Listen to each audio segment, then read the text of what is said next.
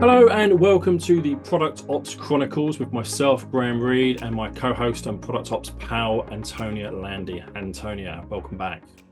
Thank you. Today we are joined by Miriam Karlin. Miriam, I'm going to hand over to you to do an intro for yourself. Thanks. Hello, listeners.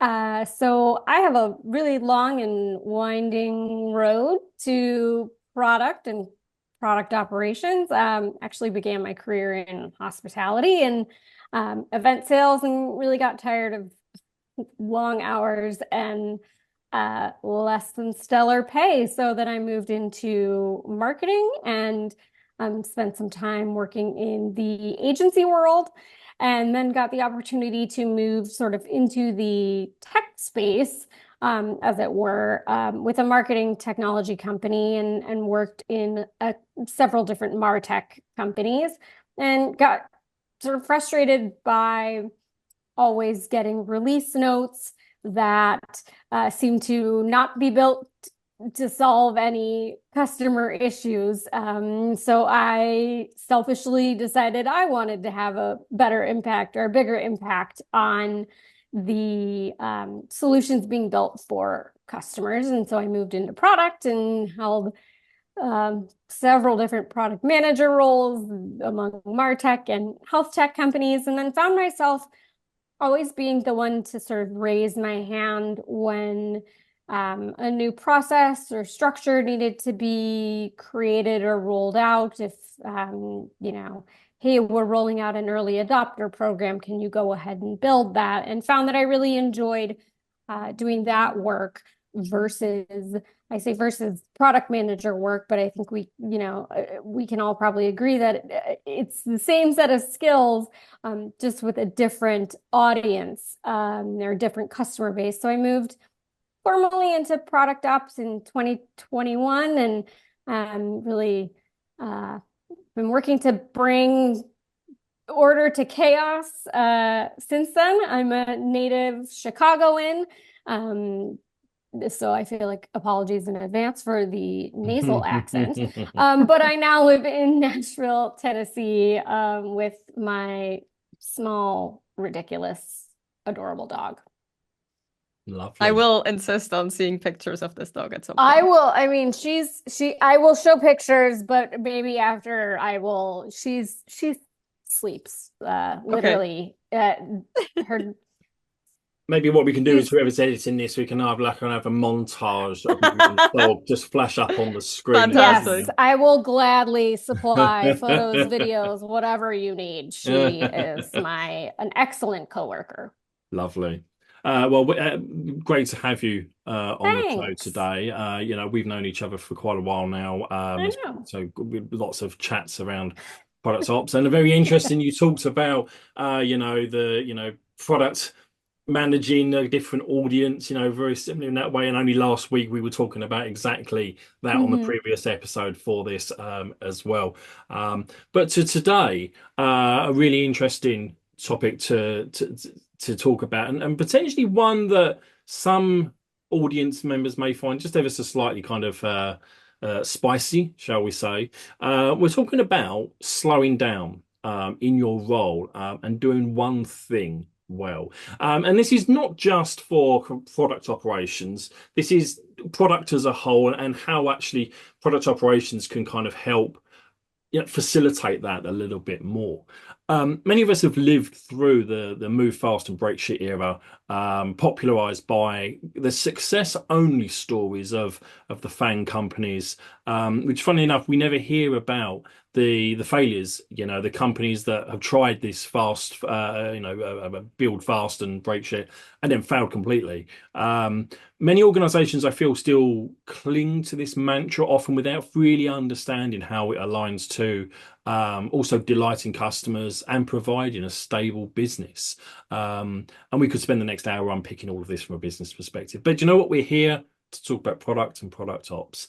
And Miriam has brought this topic to us to kind of dive into. So what I'd like to do first is, Miriam, hand over to you, and what's your opening pitch on this topic?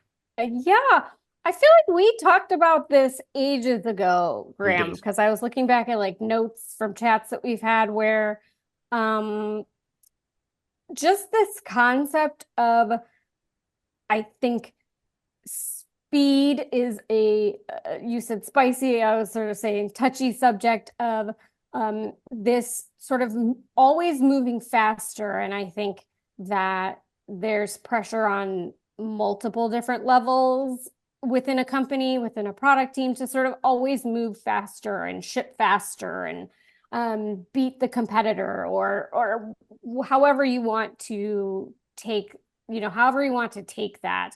Um, and I'm frequently sort of championing the concept of really slowing down. And I think you can kind of take that a couple different ways, but whether it's from the product ops perspective of when you're rolling out a new process, really slowing down and taking the time to give this new process the space it needs to work, right? I think every definitely challenges I've come across in product operations is sort of the aspect of, we have all these new processes and it's so overwhelming. And it's like, well, let's just start with one. Start with this one thing, this one new process that, I'm rolling out or we're rolling out, and really take the time to do all of the steps and slow down.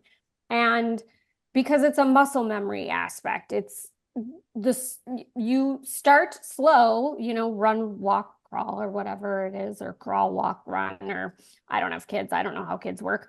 But run, walk, crawl sounds about right. That's run, walk, crawl, sure. But like slowing down and really working the steps, right? I think product operations managers and practitioners, we spend the time to really think through the process or the change that we're rolling out. So take the time to go through those things, but then also you can sort of translate the same thing to product as a whole with this sort of rushing to ship things out and then not taking the time to like properly QA things or making sure that, when you roll it out, it's not going to break shit. So that's sort of my pitch, I guess. It's dual, double-edged sword, two sides of the same coin. Got a lot of analogies today. Oh, that's great. I think that, something that I've certainly kind of clung to for quite a long time is taking the time to embed, these changes into teams. Much more recently, you've been talking about this as habit building. And it's exactly the same as what you've said is how, muscle memory. How do we embed these new habits? We're trying to get people to change their behavior. Which is a very personal thing. It's personal to every single individual, and everybody reacts very differently to that ask. And they will respond to, in various different ways and at various different speeds to, building that muscle memory, embedding those habits. Same thing. Ultimately, you're doing the same sort of thing. And we need to be cautious of trying to move too quickly.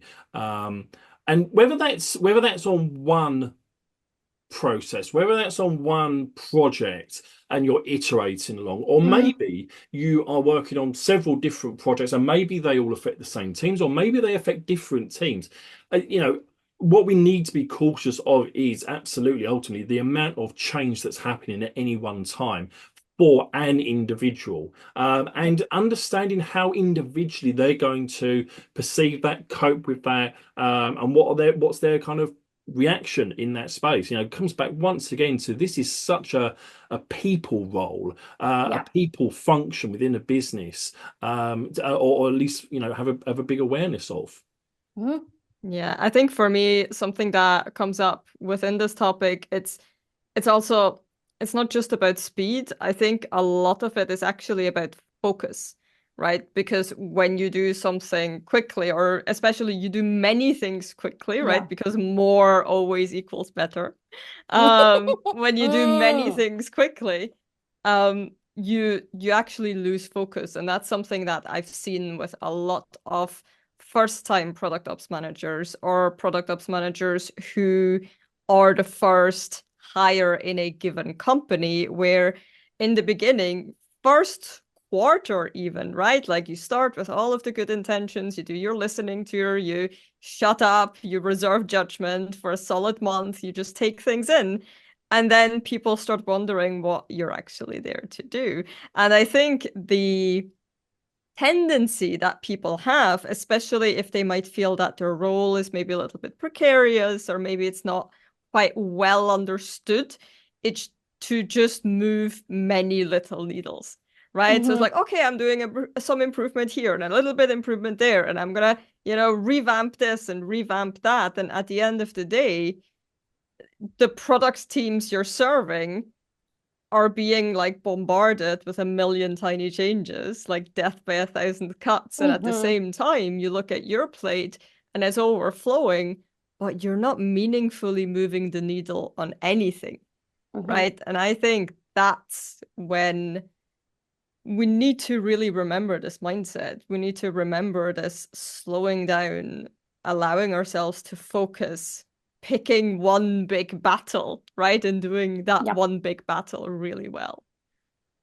Yeah, it's really funny. I don't necessarily think that we will all go back to waterfall methodology or whatever methodology you want to call it, but for product operations, for me, there is a benefit. Although I do say that like perks of product ops is I get to really be small A agile, and I do get to change really quickly if needed because I'm not rolling out to an entire customer base. And if I want to change how something is done after I've launched it, I can change it 2 weeks later.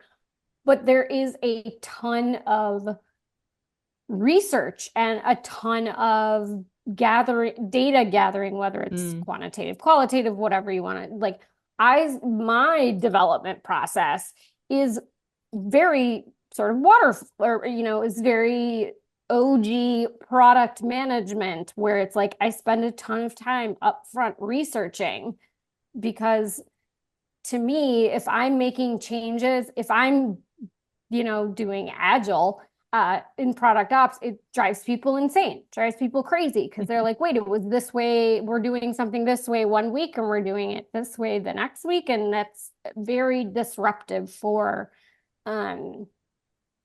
individuals. And I think it's really interesting I think there's this interesting tension, and I think Graham, it goes sort of, an interesting tension. I know we've talked about, the various conversations from various thought leaders about how PMs should be doing everything, and getting back, this is the state of product management where they need to be doing everything. And I'm like, maybe we should go back to where we like actually think about what we're building and like, spend time to what? Controversial. I know, right? It is controversial to like think about what we're building before we build it. But it's sort of, I think that this concept of product managers being everything is it's not my personal favorite, because it's sort of like, well, it sort of is my personal favorite because for my job, it's like, okay, well, you can't do all those things. So like, that's what product ops, we're sort of, I guess it's job security for me, but that's also like a really quick way to like drive a product manager insane, because they're not a UX researcher. They're not a solution engineer. They're not a designer. Like I would love to see product managers, get back to focusing on one aspect of their role. That's, to me, like I think there's that inherent tension. There's a couple of things you said very interesting there. But one I really want to pick up on, because that's a very, very interesting point, is almost universally, product teams are working agile unless they're crazy and they're doing safe, but then they're very crazy. Please. Oh, wow. That's like a 2-hour podcast. Yeah, it's a whole other You don't topic. want me to talk We're about not going to get safe. into it today. But they're doing agile. And as we all know, it's a flavor of agile. It's somewhere between pure waterfall and pure agile, and it's somewhere on that timeline. And everyone calls this agile. Great, fine. That's one conversation. But actually, fundamentally, that's to try and be reactive. And in some instances proactive against the market changes, market requirements. You're not having these 2-year-long projects that by the time you get to the end of the 2 years, it's all changed completely, so it's worthless. Great, fine. Now, put ourselves in our shoes in product operations, and our end users are the product teams. How much do their requirements actually change? They don't very often. Yes, they do, and we are being agile. We're picking up new things. We're picking up changes. But do you know what? A lot of the processes, a lot of the behaviors we're trying to influence have an end goal. And once we've reached that end goal, by and large, 80% of it is the end of the road. We've achieved. Yes, there's maintenance. Yes, there's new things we want to pick up. Yes, there's tweaks, all of that sort of stuff. But do you know what? There's an argument to say that actually waterfall, or more waterfall, or wagile as another term that's really sort of come out, is actually fits quite well for product operations. Now, this doesn't mean to say that we don't iterate still. We take those great features, but the concept that actually we have a plan, we do a lot of this research, and we iterate towards getting to that end goal, because that end goal doesn't change very much. Or doesn't change significantly compared to market dynamics, business dynamics that make software products for true and out product managers change very often. So there's a very interesting thought process there. Is actually, are we more waterfall, or do we embrace more waterfall than most people would care to admit? I think it's been I think that that's a good thing. And Antonia, I didn't mean to cut you off, but no, go for it. There's a stability to it, right? There's a stability that product operations can offer, by those processes, by those frameworks, to allow for product managers to move to be that agile, that flexible, that reactive, whatever you want to call it, because there's that consistency. There's those, guidelines, if you want to, guardrails, whatever you want to call it. I think it's fair to say that some of what we do are projects. Some of the things we do have a beginning, a middle, and an end, and some of the stuff we deliver is output. It's not outcomes, right? And I think, you see the same thing in product management, right? Sometimes you just need to deliver something. And sure, there are ways you can crowbar all of these things into describing it in a way that fits with the concept of OKRs, right? You will always find a way to do that. But at the end of the day, we shouldn't be ashamed, right? To say, okay, I'm going to do this. It's a 0 or 1 thing. And at the end of this, it will have been delivered and it's done, right? Absolutely, we should reevaluate periodically whether the systems we have implemented still serve their purpose. Absolutely, 100%. But to think of 100% of all work in all technology companies to be 100% agile as in 2-week sprints, right? It just doesn't serve us. I think, and that's a really good point. I think that's why we're seeing a lot of, and this is obviously a branch off to a totally different conversation, which maybe you guys will have next week, and I'm teeing you up perfectly for it. Yeah, sure. But we're seeing tons of conversations right now about in Product Ops, how do you measure this? What are your OKRs in product operations? And it's a challenging conversation, because sometimes in product operations is, I did this, it's done. There's the measurement. It's not, increase 10x by this. It is, did you build this? Did you like, or did you, did we, I mean, did we roll out a product hub in Confluence? Yes. Okay, great. Like, not all do all goals need to be, whatever, SMART, which I will never remember what the S is, short term, measured, actionable, whatever. It's like sometimes something is just done. Yeah. And that's okay. And look, let's face it as well, and it's something that I don't think we talk, and it doesn't need talking a lot about, but we don't talk enough about that. Actually, do you know what? Sometimes we do just muck in. There is a new challenge within the business. There is a new dynamic that's happened. There is something significant that's happened within the business. It's a bit all hands on deck. And do you know what? To allow as much continuity as possible by my favorite term at the moment, the people at the pointy end, so the product managers, the designers, the engineers, the ones that are producing real tangible things most of the time. Do you know what? To enable that continuity and to allow them to just keep getting on and delivering and ultimately earning the revenue in the business, etc., etc. Sometimes we just need to muck in. Sometimes we need to go and do stuff that's not on our job description. And that's always on people's job descriptions. Of course, it always is. And people always muck in. I feel like sometimes product operations has, in a positive way, more leniency to get to do more of that as and when needed. And you know what? That's okay. And again, coming back to this idea of, what's being delivered, etc., etc. I'm all right with that. I'm all right if it said, look, point me in the direction that you just need help in this, I wouldn't say crisis, but in this moment, in to get through this hump in the road, point me in a direction. Tell me what you need me to do.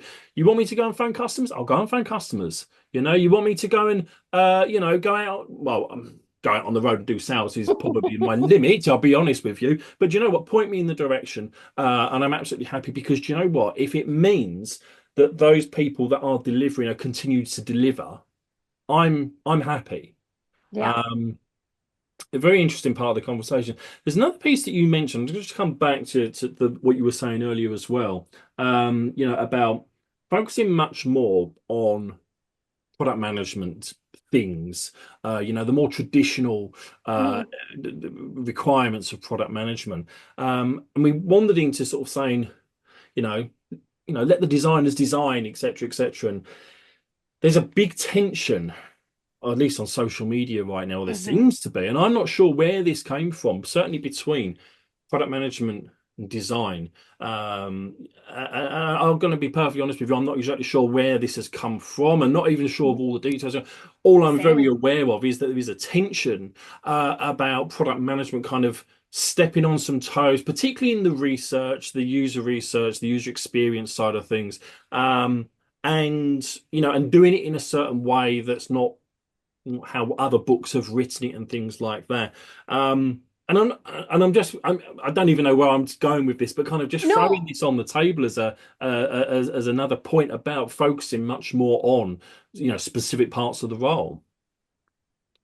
I think I think, and Graham, we've had this discussion before and you've posted about it before, which is like, everybody wants to be like Sang or Mang, whatever they changed it to. And it's like, that's not always like the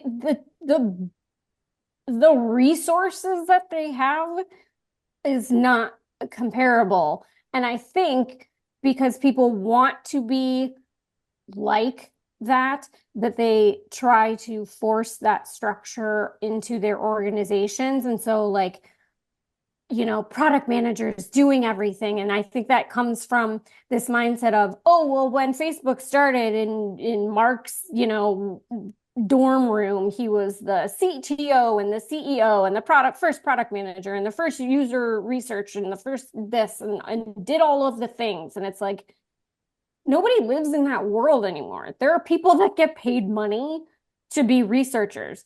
I'm not a designer. Trust me, you don't want me designing anything. It's gonna be bad. I always sort of joke, but it's like I'm not an accountant. I am not good at it. It's not my skill set. So like this mindset of like, well, product managers should be good at everything is stepping on people's toes. Like that there are people who do this. I think if the tables were turned, it would be like imagine someone being like, well, not I don't even have to imagine it. I've worked at companies where, it started as a sort of consultancy and, where essentially engineers would get paid to build something new where it was like an installed solution and engineers were the product managers and then they try to and then the company shifts to a SaaS model. I've worked, engineers trying to be product managers is not ideal. It doesn't work it doesn't. So like imagine being like, oh, well, we're going to have our data analytics team being product managers. Like it just, there's, I don't know. I think it gets back to that like CEO of product or CEO of your product thing, which I don't know. I sort of bought into obviously when you first get into product management because you're like, yeah, I'm in charge of my product and I'm so like, it's my product. And you feel a sense of pride when you ship something, but it's also really, I think, taking away the fact that there are so many people and stakeholders involved with launching a new product or a feature that like, I think it's detrimental. It's there's so many people that go in that are involved with the go-to-market of a new product, and why wouldn't you want all of the resources available? That was so rambly. So I hope that makes sense. I apologize to whoever said it. No. So I think I'd love to I get do think Antonia's that we thought on need this. to Yeah. I do think that we need to distinguish between real, true, actual scarcity, where you are the first product person in an organization and you have to do all of those things or they will not get done. And I think there is real value in people who can do all of the things well enough. But I think, honestly, product management has kind of always had a bit of an ego problem. Right. And it kind of started with this, oh, you're the CEO of the product, or, business, tech, and users, and you're in the middle of it all. And you're the only person in the company who can be in the middle of it all because you're this magical unicorn. And it's kind of similar to this idea of founder mode, right? It's this idea of, oh, I'm just going to do it myself, right? Like if I want things to be done correctly, I'm just going to have to do them myself. And I think because PMs have been so buttered up with this idea of, oh, you're closest to the user, but you're also closest to the business, and you're closest to the tech, and you're the only person that can combine all of these three things. There is kind of this idea of, okay, well, then all the other disciplines are a nice to have, right? And again, coming back to product operations, it's the same thing we've seen the last few years, right? We have become a nice to have because these things have always existed. They always needed to get done. It was always in the hands of PMs or product leaders. And at some point, as an industry, we decided there is great value in placing this focus into the hands of one person or one team, right? But as soon as we had to tighten our belts a little bit, that went right out the window. Yeah.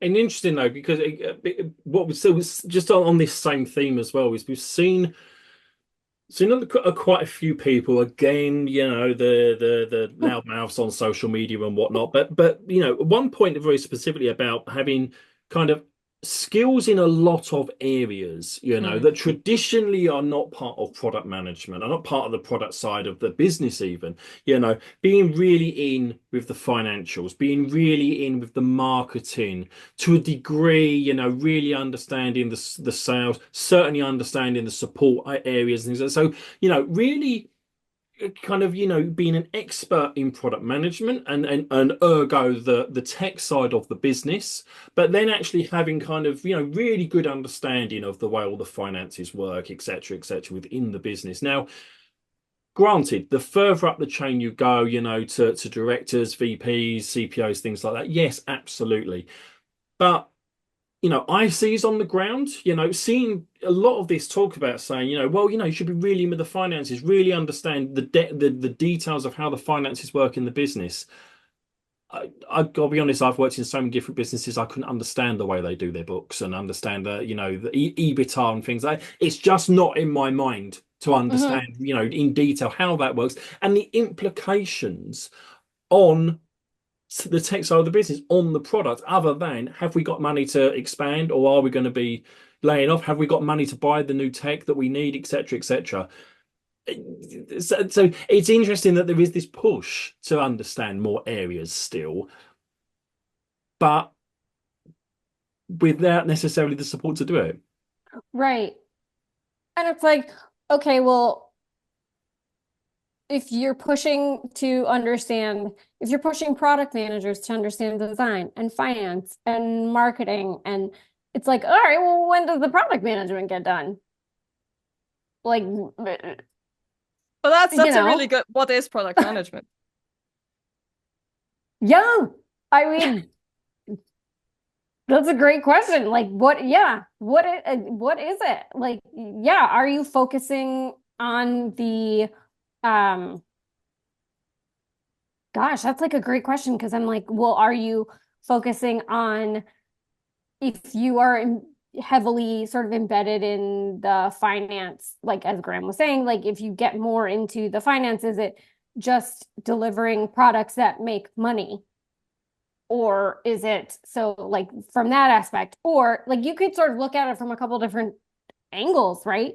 If you're pushing product managers to understand finance, the finance department better. So now you're building only for profit. Uh, but you could push product managers to focus more on user, sort of delighters, right? Where it's like, we only build things that our customers will enjoy using. Well, those won't always make money. So I think product management is figuring out when do you build something to make money? When do you build something to delight? When do you build something because the solution, you're, uh, I like that, uh, Graham, you put CrowdStrike in there. When do you build just so that your infrastructure doesn't fall down around your ears? Which I know product managers love to have tech debt um, in their roadmaps. Although when I was a product manager, I did always really like it. I don't know. I always was like, I think it goes back to, sort of maybe this initial conversation of like, hey, maybe I've mentioned this at different companies where it's like, hey, what would happen if we just like for a quarter stop building new things and just like fixed all of the things that are wrong? And I get this like aghast look staring back at me. And it's like, well, but what does happen if we stop and fix all of the things that like no one wants to take the time to fix? What does that look like? What happens if we lose that like a quarter or 2 months, you So know? yeah, I mean, we've certainly come back to this idea of kind of, this, moving very quickly, shipping quickly, putting, delivering is quicker and quicker and quicker all the time. Mhm. We need to be faster. We need to be getting more to the market. So ultimately we can be realizing money as quickly as possible, which then we can grow. And, your company's in hyper growth that can just keep going, keep hiring. And then all of a sudden the bubble bursts and we end up exactly where we are right now with redundancies left, right, and center. It's just like just the wheel just keeps circling. But it is interesting, and a question to the both of you, in your own experiences, how many times have in the businesses that you've worked in, have they kind of said, look, we're gonna stop and we're gonna take stock, we're gonna reevaluate the direction we're going before we keep building more and more and more. Let's just assess, have we still got, customers at the front of our mind? Do we still know what it is that they need? Or actually, is it expected that that's part and parcel of just keep going and Mm. bludgeoning on through? I mean, that's what a good product strategy is for, isn't it? It's like that's what's supposed to sort of deliver this idea of focus and this artifact that everybody can rally around. I think a huge company-wide taking stock has rarely happened. I think this is one of the things, honestly, that product ops can very much help with by literally just there is so much value in indexing your product. Like create a big messy Miro board and put every single feature on there and when it was introduced, what it was there to do, and how many people use it still. Like that is one of the most powerful artifacts you can create as a product ops manager or a product leader in general. Because the first step to this reevaluation is actually understanding what to sunset. And I think that's something we don't talk about often enough. No, we don't. I'm now Very adding rarely. I'm now adding that to my to-do list, Antonia, because I'm like, oh yeah. But to answer your question, how many times has someone said that to, if I'm not including myself, never. Never happened. But just, someone posted about it recently, or not even recently, but my newest sort of obsession is this concept of like Jira bankruptcy, because I'm like, let's just burn it all to the ground. I have done that actually Close. before. I have what about you two? Have you ever just No, but I want to so badly. really? I just It's the want to best feeling. close. I just like close. I mean, obviously, have you closed? Do you close like?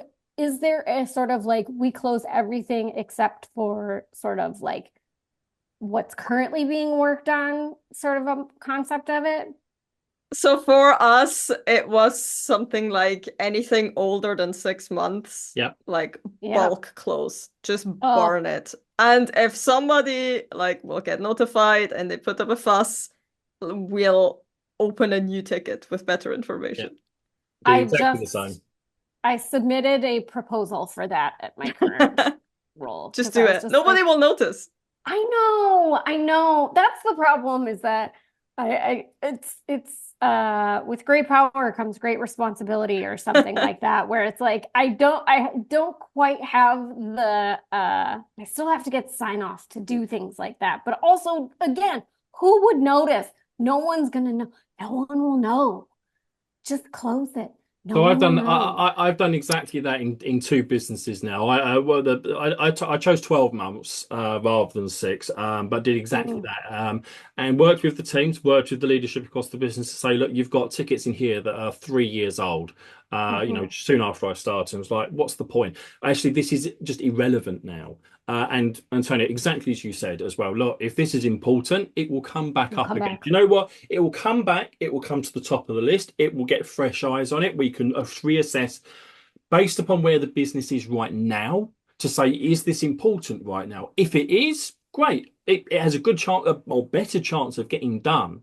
And interestingly as well, something I've put in a couple of businesses now is that rolling 12 months as well. Look, if a ticket has hit the 12-month mark, and you can pick whatever date you want. I always use 12 months and go, look, if it hits that mark, it's going to go. It's going to go, and people will be notified. And if it's still really important to them, then it can be brought back up to the top of the list, and we can review it again there. And I think that's something that does need to happen, at times. Not necessarily the big, the big coal, although that's great, but actually instituting, some rules on that. To say, look, if it's got to 12 months or 6 months, and look, no one's touched it, no one's looked at it, no one's even. Another part of this, as well, is to say, well, look, how many customers have asked for it? You had one customer that asked for it a year ago, and in all of that time, no other customers asked for it. Right, that's straight for the bin in almost every case as well. And interestingly, look, this comes back to this same theme again. How do we get our teams working, on fewer things? How do we get them focused a little bit more? In the world of product ops, this is a huge amount of what we do, is help them focus on fewer things by automating some stuff, putting rules in place so they don't have to think about some of this stuff. They can actually just get on and do a lot. Yep. Yeah, I think I like to describe it as reducing product teams' cognitive load. Yeah. Because I think at the end of the day, that's really all it is. And, like if I'm optimizing what our Slack channel structure looks like, like it's one of my favorite things to do. And people always think like, why are you bothering? Like, what's the point in that? But that even spending 10 minutes a day figuring out which channel to post something in is 10 minutes that could be spent elsewhere. Even if those 10 extra minutes go to more rest and recuperation, right? That's the thing. I'm not always competing with 100% work in progress. I'm competing with people, like giving people their time back so they can do, like they can use it in a way that ensures they can do their best work. It's why I mean, I'm a list person anyway, but I think lists are a fantastic thing. And not to be bureaucratic about it, not to say, right, here's a list of 10 things and you've got to go and do all of them. It's the list itself that says, right, here are the things that we have agreed that need to be done. And do you know what? Some of those are mandatory, some of them are optional. I'm all right with that as well. But do you know what? The fact that you've got that list of 10 steps, let's say, means your product managers haven't got to sit there and think what those 10 steps were. They haven't got to try and remember necessarily what those 10 steps were, particularly in this process of embedding new habits into them. And you're onboarding new staff as well. Okay, you've got a list, nice description. They can just go to that list and they can just go, yeah, did that already, did that without thinking about it. Right, that's the next one on my list. I haven't got to sit there and worry and think, oh, I missed that step out. And now it's taken me even longer to go back through and do all of this. And so just to your point, absolutely spot on. People ask, and have asked me, why are you doing that? Well, it's just have a list to follow. Because I know, and most people won't sit because you've either not done this before, you've not experienced it, you're not sitting there and thinking about this sort of stuff. You're taking that cognitive load off. You're saying it takes you a minute to think about that every time you've got to do that. How many minutes, how many hours, how many days across a year, 2 years are you spending just doing that? And even if it's not just the time, like you say, it's that cognitive load to constantly keep remembering, context switching, to go back and remember what I'm doing. That genuinely is real help to ICs in particular. Yeah, I mean, and it's sort of that slow down to go faster, right? If you've got, as a product manager, here's my product documentation and it's asking for, here are the 5 things that I need to put in this product brief. And you have it right in front of your face. And you're not then spending a minute, you've got time then. So by implementing things that, allow that sort of have reduce that load. I wrote that down, Antonia, because I'm 100% stealing that. Thank you.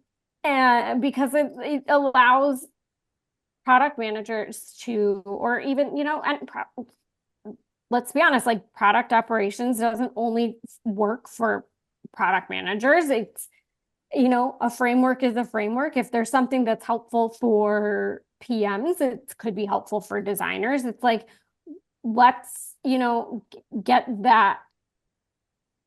those, speed bumps out of the way so that you can get to your, get back to your work so that you're not spending the time thinking, well, where do I post this? And what do I had to write which for this and who this audience needs that. And that's our job. That's the job. I find it's frequently, I think all 3 of us here have kind of done the 0 to 1 in product operations, if not many times. And, it's little things, again, coming back to Antonia, what you said about kind of just reducing teams and Slack channels. This is something that's been built upon for years and just never tied, because it was no one's responsibility to look at it, And actually, do you know what? Before I moved into product operations, I was guilty of that myself, And I look back and I'm like, what was the point? Why were we doing this sort of stuff? Because actually it doesn't help anybody. It made sense at the time, but actually, do you know what? I didn't have that foresight, that time to look forward and say, what is this going to look like in 6, 12 months time as well? Yeah, and I think it's like, just very quickly on that Yeah, point, I think that foresight and that time, like that's what distinguishes product ops being done on the side by people who are yeah, already overworked and Hmm. product ops being done deliberately. And I don't even necessarily mean deliberately by one full-time person, but Yeah. even just deliberately as a team, right? The fact that we are voicing, recognizing this is product ops work, recognizing we are working on part of a larger system, and ideally, we want this system to still be functional and thriving in 6 months. So let's have that inform our decisions on how we hot fix this. Yeah. 100%. Let's, to totally agree. Doesn't have to be. I mean, I would love it to be a separate person and pay that person well. But it is that conversation of what are we building and will it make sense in 6 months, and how do we make sure that it doesn't fall down in 6 months? And um, you know, because again, there's this concept, like, even though in theory you're going back and constantly iterating, and you're constant, no one goes back. You don't go back and fix things. That's just it very rarely happens. So You just wait until it becomes a new, bigger problem. you just wait until things are on fire. it's And it's an absolutely brilliant analogy. Stop hot fixing your product processes. That's just brilliant, because the reality is that if you're not putting, like, absolutely, Antonia, if you're not putting some dedicated effort, not by a person, but effort into your product processes. And look, I have to say this as well. It's not just product processes; it's your processes Mhm. around product Yeah. across the business. It's not just for the product managers; it's for the whole business. If you're not putting that dedicated time, that effort focused on what the future's going to look like, not to fix it today, tomorrow, but 6 months, 12 months, 24 months time, and roughly still be fixed at that point, I hope, as well. Then you are hot fixing it. And you're just hot fixing just to get through today, through tomorrow. And you know what, in this time, maybe that's fine for some businesses, but if you're looking strategically to the future, you're trying to solve this properly, professionally, that's where you need that dedicated focus to look at. And do you know what, it might mean that the fix today can't be done today, or it's not actually fully fixing the problem today, because actually you're going, well, do you know what, we need, if we're going to do this properly, this is how it's going to look. But it might be a slightly bumpy road for a few days, a week, while we're doing Mhm. this. And those are the sorts of, that's the weighing up, that's the risk analysis that we will do as part of this role as well. And I think it's okay, to that point of like evaluating, or whatever verb you'd like to put in there, of like, thinking about, you can recognize and say, oh, okay, this is going to, I think it's recognizing that it's going to need a hot fix, quote unquote, in 6 months. That's totally fine. I mean, that's what the whole sort of MVP process is, or whatever. But it's that taking stock and looking at it and saying, okay, this is the process we're working on with now. We know that it will probably need to change in a year. And then also, like, documenting that, because I think, as we're all aware of, like, just because the people in the room making the decisions today, it may not be the same people in a year. And so making sure that you say, like, these are the decisions we've made for our product processes today. They may need to iterate in 6 months, but at least we know why we made decisions in the room, as it were, today, so that next October, or whenever this comes out, in a year, we can, you know, at least understand what we're doing. Yeah, but it's fun. Like, do you know what we're actually talking about? We're talking about tech debt. And this is all like we're working on system debt, essentially, right? Like there are so many parallels to draw. It never gets prioritized. You know, you always get to only make the smallest amount of investment so that the ship keeps running.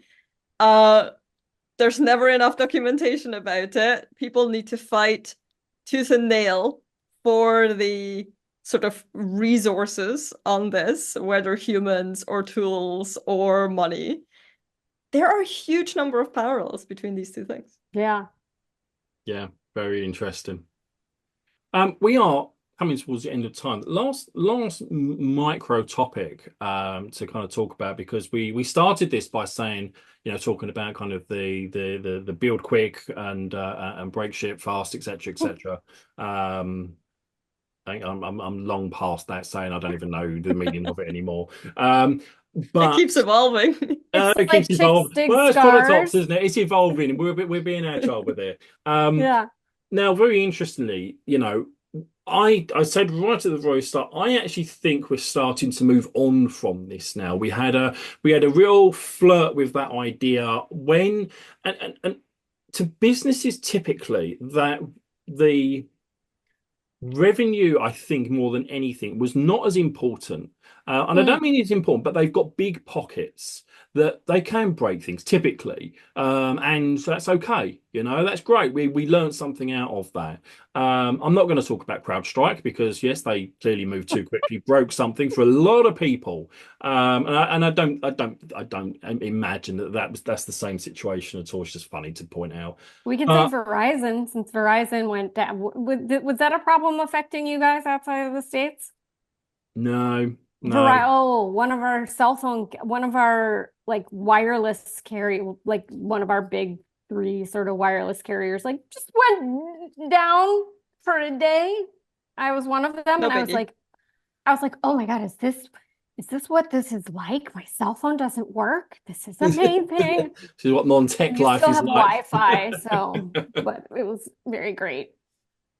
But do we think that we are moving on from, you know, where actually, you know, companies are prepared to kind of, you know, just go at it hell for leather and break things along the way, and okay, I feel particularly over the last couple of years where, you know, redundancies, there's much less investment, you know, there's much greater requirement to, you know, to be looking at the pennies and the pounds or dollars. You know, are they as prepared to be forgiving for kind of these, you know, for breaking things, you know, maybe not delighting customers every single time, etc., etc. Thoughts on this new direction, maybe? It's really, to me, it's really interesting because it's like the mindset. So there's the move fast, break shit mindset, which to your point came with, you know, we're the first on the market and have deep pockets. So we can kind of get away with that, right?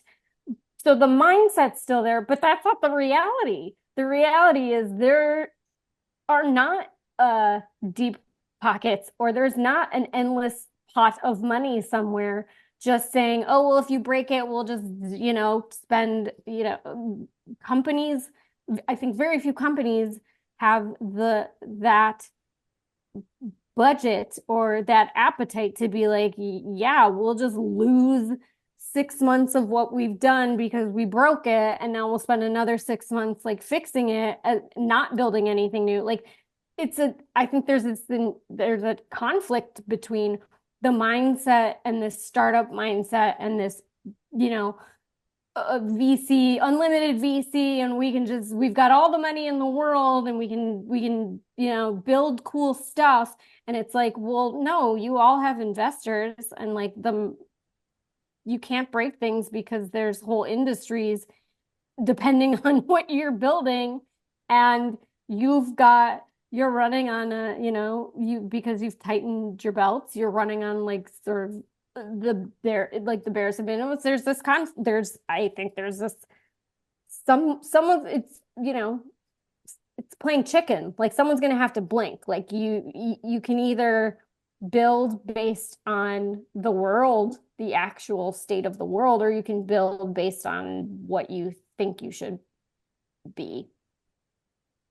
That's I think there is still a time and a place for that sort of mentality. I mean, honestly, if you're a startup of 5 people, 10 people, and you are doing your damnedest to find product market fit, you do need to fail fast. You do need to fail often. You need to learn as much as possible with as few resources as possible to get to that place. However, that's not scalable. And I think the mentality that this is 100% scalable as is what makes this part of a cult. Yeah. However, again, there are a lot of things we can draw from this, right? This culture of experimentation, this culture of customer obsession. But to your point, of course, we cannot run a 5,000 person enterprise like a 5-person startup. Like that is just we're living in La La Land at that point. And I think understanding the value from those early days and understanding how we can do that sustainably.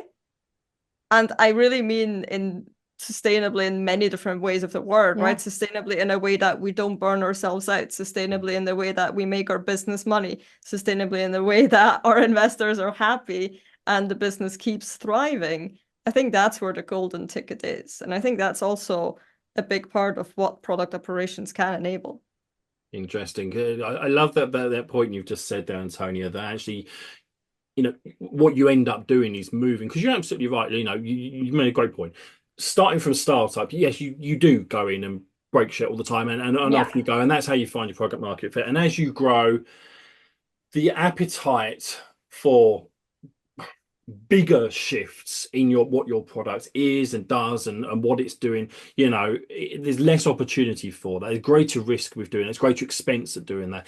But actually, it's that migration from just trying it and seeing it first to then actual more refined, more structured experimentation.